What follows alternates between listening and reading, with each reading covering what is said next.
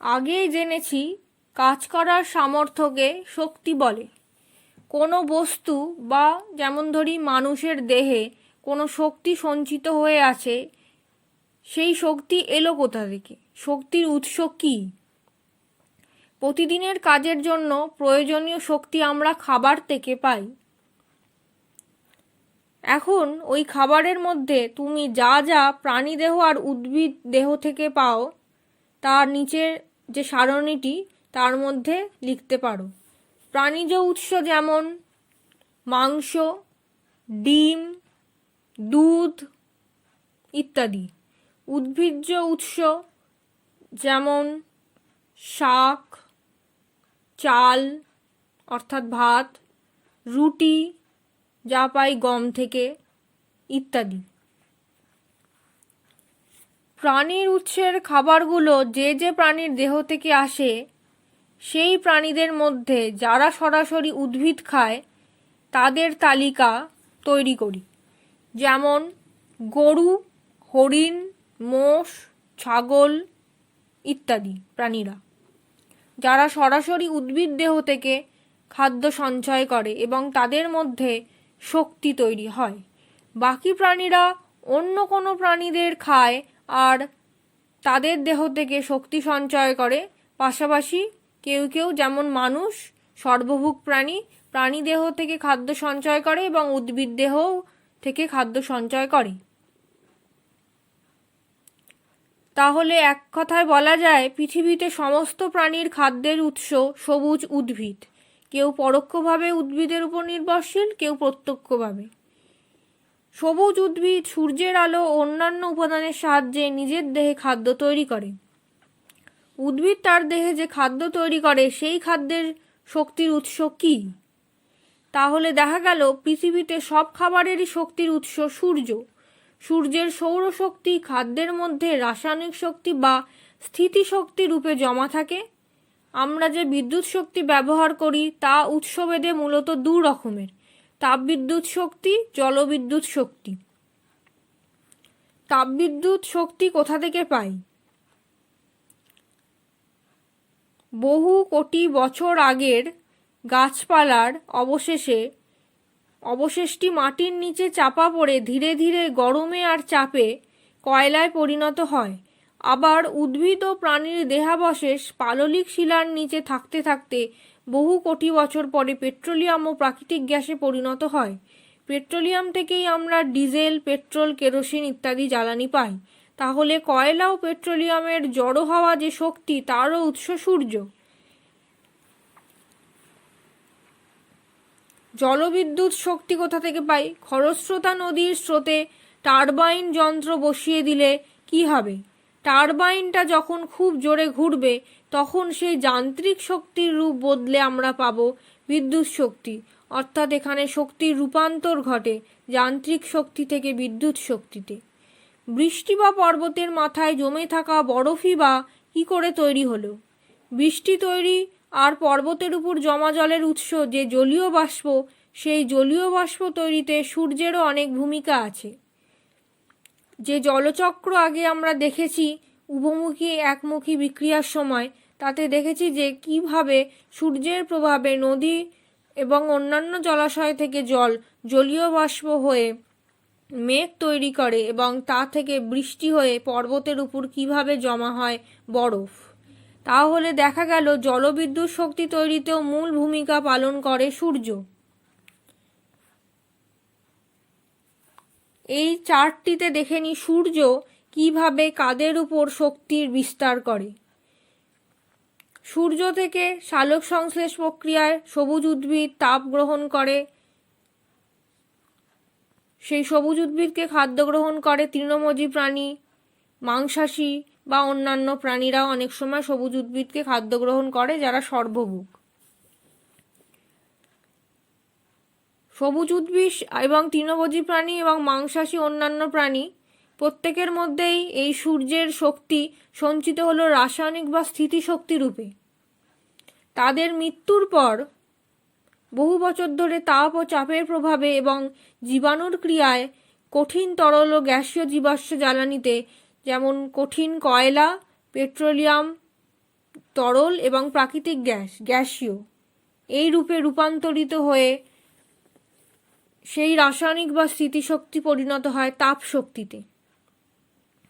তাপ শক্তি থেকে উৎপন্ন হয় বিদ্যুৎ শক্তি। আবার সূর্যর বায়ু ও জলের আলোড়নের প্রভাবে সূর্যের তাপ গ্রহণ করে সেই বায়ু ও জল তৈরি করে যান্ত্রিক শক্তি, যেমন বায়ু প্রবাহের ফলে, জোয়ার ভাটার ফলে, নদীর জলের উচ্চ অবস্থান ও প্রবাহ বা স্রোত, যে সমস্ত নদী উচ্চ পাহাড়ি অঞ্চল থেকে আসছে, অর্থাৎ খরস্রোতা নদী। বায়ু প্রবাহকে উইন্ড মিল দিয়ে বিদ্যুৎ শক্তিতে পরিণত করা যায়। জোয়ার ভাটা, জলের নিচে টারবাইন ঘুরিয়ে নদীর জোয়ার ভাটাকে পরিণত করা যায় বিদ্যুৎ শক্তিতে। নদীর জলের উচ্চ অবস্থান বা প্রবাহ বা সেই স্রোতকে টারবাইন ঘুরিয়ে তৈরি করা যায় বিদ্যুৎ শক্তিতে।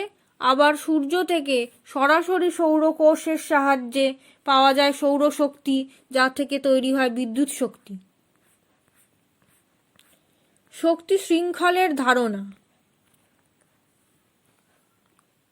সবুজ উদ্ভিদ থেকে কিভাবে শক্তি একের পর এক প্রাণীদেহে স্থানান্তরিত হচ্ছে, সেই শৃঙ্খলকেই বোঝানো হয়েছে শক্তি শৃঙ্খলের ধারণার মাধ্যমে।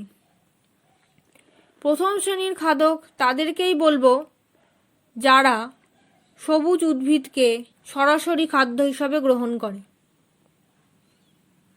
তাদেরকে যারা খাদ্য হিসাবে গ্রহণ করে তাদের বলবো দ্বিতীয় শ্রেণীর খাদক। এমন কিছু কিছু প্রাণীও আছে যারা সরাসরি উদ্ভিদ এবং প্রথম ও দ্বিতীয় শ্রেণীর খাদককেও খায়, তাদের বলবো সর্বভুক। নিজের দেহে নিজেই খাদ্য উৎপাদন করে উদ্ভিদ, তাই উদ্ভিদকে বলবো উৎপাদক। উদ্ভিদ নিজেই নিজের খাদ্য তৈরি করে সূর্যের আলোর সাহায্যে। উদ্ভিদ তার প্রয়োজনীয় শক্তি পায় সূর্য থেকে।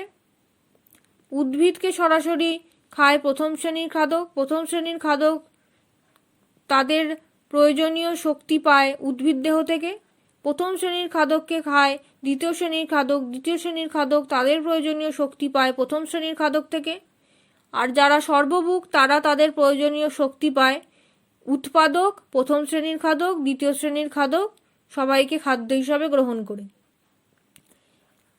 যেমন সূর্য থেকে শক্তি পেয়ে সবুজ উদ্ভিদ নিজের দেহে স্থিতিশক্তি সঞ্চয় করলো, সেই শক্তি খাদ্য হিসাবে গ্রহণ করে প্রথম শ্রেণীর প্রাণী, এবং তাকে খাদ্য হিসাবে গ্রহণ করলো ধরলাম কোনো সর্বভুক প্রাণী বা কোনো মাংসাশী প্রাণী, যেমন সিংহ।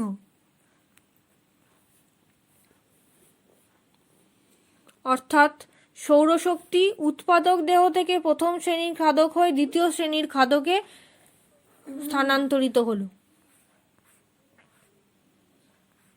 খাদ্য শৃঙ্খল কি?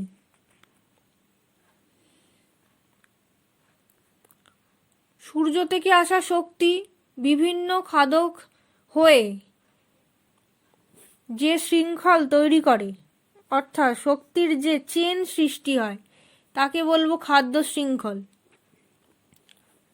যেমন এখানে সূর্য থেকে উদ্ভিদ খাদ্য সঞ্চয় করলো, সবুজ উদ্ভিদকে খাদ্য হিসেবে গ্রহণ করলো ঘাসফড়িং, ঘাসফড়িংকে খাদ্য হিসেবে গ্রহণ করলো ব্যাঙ, যাকে খেলো একটি সাপ, তাকে খেলো ময়ূর, এবং ময়ূর সর্বশেষে খাদ্য হলো বাঘ, সর্বভুক প্রাণী বা মাংসাশী প্রাণীদের।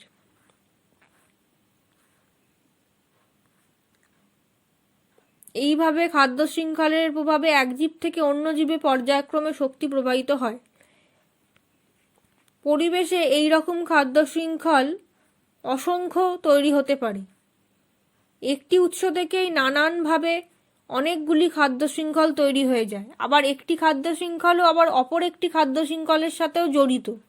এইভাবে তৈরি হয় খাদ্য জাল। সবুজ উদ্ভিদকে খাদ্য হিসাবে গ্রহণ করলো খরগোশ, খরগোশকে বাজ পাখি। সবুজ উদ্ভিদকে হরিণ খাদ্য হিসাবে গ্রহণ করলো, তাকে খাদ্য হিসাবে গ্রহণ করলো সিংহ। দুটো খাদ্য শৃঙ্খল পেলাম। আবার তৃতীয় খাদ্য শৃঙ্খলে সবুজ উদ্ভিদকে খাদ্য হিসাবে গ্রহণ করে ইঁদুর, ইঁদুরকে সরাসরি বাজ পাখি। সবুজ উদ্ভিদকে ইঁদুর খাদ্য হিসেবে গ্রহণ করার পর সেই ইঁদুরকে খায় সাপ, সাপকে খায় ময়ূর।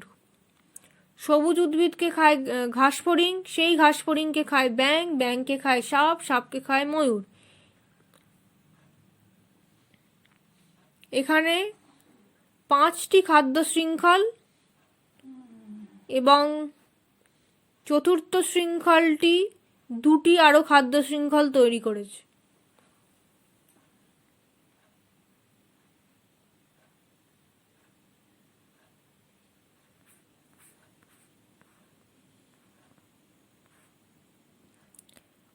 এইভাবে প্রতিটি খাদ্য শৃঙ্খলে থাকা প্রাণীদের ধাপে ধাপে সাজালে দেখা যায় যে প্রথম ধাপে থাকা প্রাণীদের বা উদ্ভিদ যেখানে উৎপাদক তাদের সংখ্যা বেশি, দ্বিতীয় ধাপে সংখ্যাটা একটু কমে যায়, তৃতীয় ধাপে আরেকটু কমে যায়, তো চতুর্থ ধাপে আরেকটু কমে যায়, পঞ্চম ধাপে তাদের সংখ্যা আরও কমে এবং ষষ্ঠ ধাপে সর্বশেষ যে প্রাণীটি পঞ্চম ধাপের প্রাণীকে খেলো তার সংখ্যা আরও কমে যায়। এইভাবে একটি পিরামিডের আকার তৈরি হয়, যাকে বলা হয় খাদ্য পিরামিড। খাদ্য পিরামিডের এক একটা ধাপকে বলা হয় এক একটা পুষ্টি স্তর বা ট্রফিক লেভেল। যেমন বেশ কিছুটা ঘাস খেলো ঘাসফড়িং, 5টি ঘাসফড়িং এখানে দেখানো হয়েছে, তাদেরকে খেলো আরও 4টি ব্যাঙের খাদ্য, সেই 4টি ব্যাঙ মোটামুটি 3টি সাপের খাবার হিসাবে ঠিক আছে, সেই 3টি সাপকে খেলো 2টি ময়ূর এবং 2টি ময়ূর সাধারণত একটি বাঘের খাদ্য।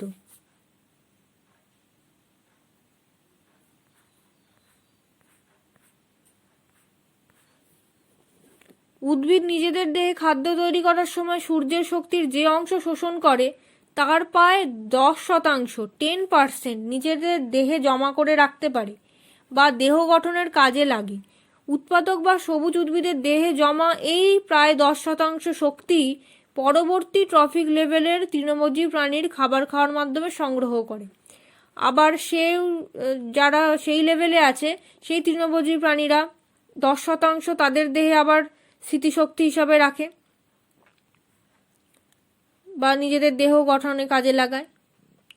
তাদেরকে খাওয়ার পরে পরবর্তী ধাপের প্রাণীরা একই রকম 10% নিজেদের দেহে জমা করে রাখতে পারে।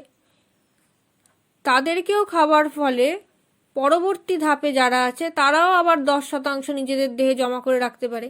এইভাবে যদি দেখা যায় যে প্রথম ধাপে ছিল 100 পরিমাণ বা 100 ভাগ খাবার, সেখান থেকে 10% গেল দ্বিতীয় ধাপে, 10%-এরও 10%, 10 গুণ 10/100 মানে হচ্ছে 1%। সেটা আবার গেল তারপরের ধাপে 1%-এরও 10%, 1 গুণ 10/100 অর্থাৎ 1/10, 0.1%, সেটা গেল তারপরের ধাপে। এইভাবে প্রথম ধাপের যে উদ্ভিদ উৎপাদক তার দেহে যত খাবার ছিল, যত শক্তি ছিল, সেই শক্তি আস্তে আস্তে কমতে কমতে সর্বশেষ ধাপের প্রাণীর দেহে গিয়ে জমা হয়। এই ব্যাখ্যাটি করেছিলেন বিজ্ঞানী রেমান্ড লিন্ডেম্যান, তাই এই ব্যাখ্যাকে 10% সূত্র বা ল অফ 10% বলা হয়। তো লিন্ডেম্যানের 10% সূত্রটি হলো প্রতিটি ট্রফিক লেভেলে গৃহীত শক্তির প্রায় 10% ওই পুষ্টি স্তরের জীবদেহ থেকে গঠনের কাজে লাগে, যা পরবর্তী ট্রফিক লেভেলের জীবেরা গ্রহণ করতে পারে। 90% শক্তি যে ব্যবহৃত হচ্ছে না, পরবর্তী লেভেলে যাচ্ছে না, সেটা কোথায় গেল? এক পুষ্টি স্তর থেকে পরবর্তী পুষ্টি স্তরে খাদ্য হিসেবে ব্যবহৃত হওয়ার সময় শক্তির একটা অংশ নানান শারীরবৃত্তীয় কাজে খরচ হয়। এই অংশটুকু আর পরের পুষ্টি স্তরে পৌঁছতে পারে না। যেমন শারীরবৃত্তীয় কাজের মধ্যে পড়ে যে পরিপাক পদ্ধতি, শ্বাস নিঃশ্বাস চালানোর যে শ্বাসকার্যের যে পদ্ধতি, এবং একটি প্রাণী সারাদিন যে কাজ করে শিকার ধরার কাজেও কিছুটা শক্তি ক্ষয় করে।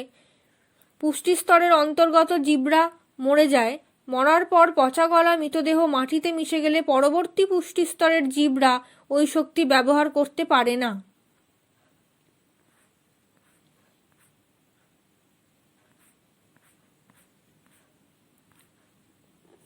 পৃথিবীতে শক্তির পরিমাণ প্রচুর, তবুও কিছু কিছু শক্তি আছে যা দ্রুত শেষ হয়ে যাবে এবং তৈরি হতে আরও কোটি কোটি বছর লাগবে। এগুলিকে বলা হয় অনবীকরণযোগ্য শক্তির উৎস। কয়লা, পেট্রোলিয়াম, প্রাকৃতিক গ্যাস যার উদাহরণ। নবীকরণযোগ্য শক্তি সেগুলোকে বলা হবে যার উৎস কোনোদিন ফুরোবে না। সব উৎসেরই শেষ আছে, তবে এই উৎস থেকে শক্তি আমরা অনেক অনেক বেশি দিন ধরে পেতে পারি। একদিন না একদিন তা ফুরোতেই পারে, তবে অনেক কোটি কোটিরও বেশি আরও বছর থাকবে। যেমন সৌরশক্তি, জোয়ার ভাটার শক্তি, বায়ু শক্তি, জৈব গ্যাস শক্তি। তাহলে শক্তি দুই প্রকার, অনবীকরণযোগ্য শক্তির উৎস। শক্তির উৎস দুরকম, অনবীকরণযোগ্য শক্তির উৎস এবং নবীকরণযোগ্য শক্তির উৎস। ভারত সহ বিশ্বের সমস্ত দেশ নবীকরণযোগ্য শক্তির উৎস নিয়ে গবেষণা করছে। খাদ্যের রাসায়নিক শক্তি। রাসায়নিক পরিবর্তনে অণুর গঠন বদলে যায়। অণুর গঠন বদলানোর সময় কখনো কিছুটা শক্তি মুক্ত হয়, কখনো কিছুটা শক্তি বাইরে শোষিত হয়। খাদ্য থেকে শক্তির উৎপাদনের সময় খাদ্যের নানা পদার্থের অণুর গঠনে অনেক পরিবর্তন ঘটে এবং কিছুটা শক্তি উৎপন্ন হয়। একেই আমরা খাদ্যের রাসায়নিক শক্তি বলতে পারি। বহু ক্ষেত্রে একেই খাদ্যস্থিত রাসায়নিক শক্তি বা খাদ্যের রাসায়নিক স্থিতিশক্তি বলে থাকি। আমাদের প্রতিদিনের কাজের জন্য দরকারি শক্তি আমরা খাবার থেকে পাই।